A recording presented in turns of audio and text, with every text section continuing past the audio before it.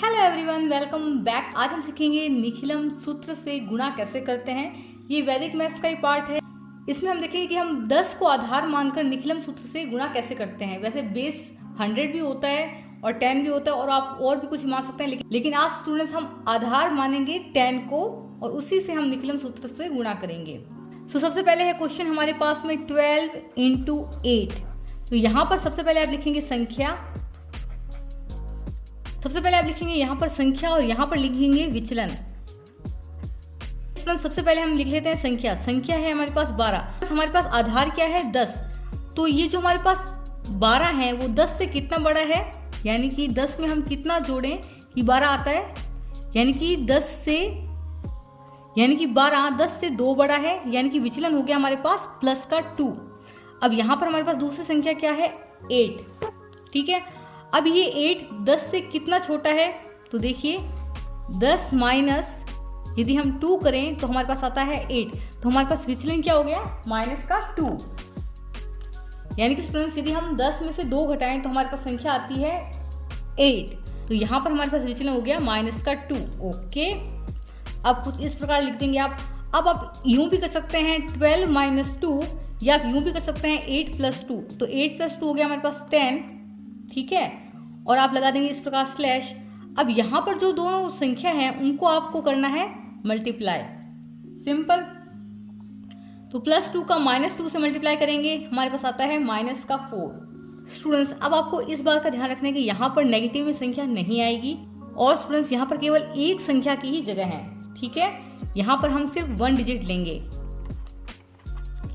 तो यहाँ पर देखिए हम कैरी वाला सिस्टम करेंगे, तो यहाँ पर ऊपर कोई संख्या नहीं है तो यहाँ ऊपर हो जाएगा 0। तो देखिए स्टूडेंट्स यहाँ पर -4 के ऊपर कोई संख्या नहीं है तो यहाँ पर हम लगा देंगे 0। ठीक है, अब यहाँ से हम 1 कैरी करेंगे तो ये हो जाएगा हमारे पास 10। ठीक है, यहाँ से हमने 1 कैरी किया तो यहाँ बच गया 9।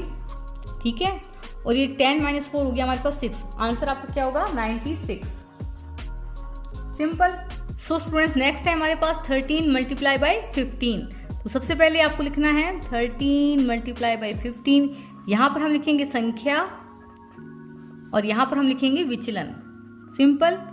संख्या हमारे पास क्या है, एक तो 13 है और एक है हमारे पास 15। विचलन क्या होता है, हमारे पास आधार क्या है, आधार को हम इंग्लिश में बेस भी बोलते हैं, यानी कि आधार है हमारे पास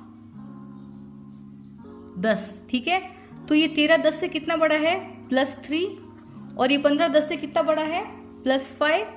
इजी। आप इस प्रकार भी कर सकते हैं 13 + 5, या आप इस प्रकार भी कर सकते हैं 15 + 3, एक ही बात है। तो हम ले रहे हैं 15 + 3 जो कि हो गया हमारे पास में 18।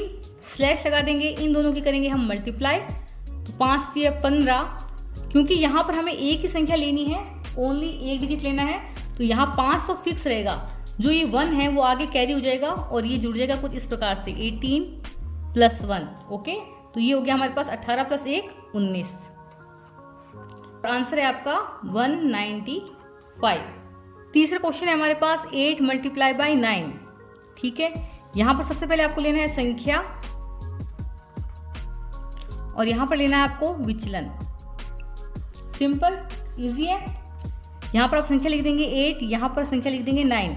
यहां पर 8 10 से कितना छोटा है -2, क्योंकि देखिए 10 - 2 करते हैं तभी 8 आता है।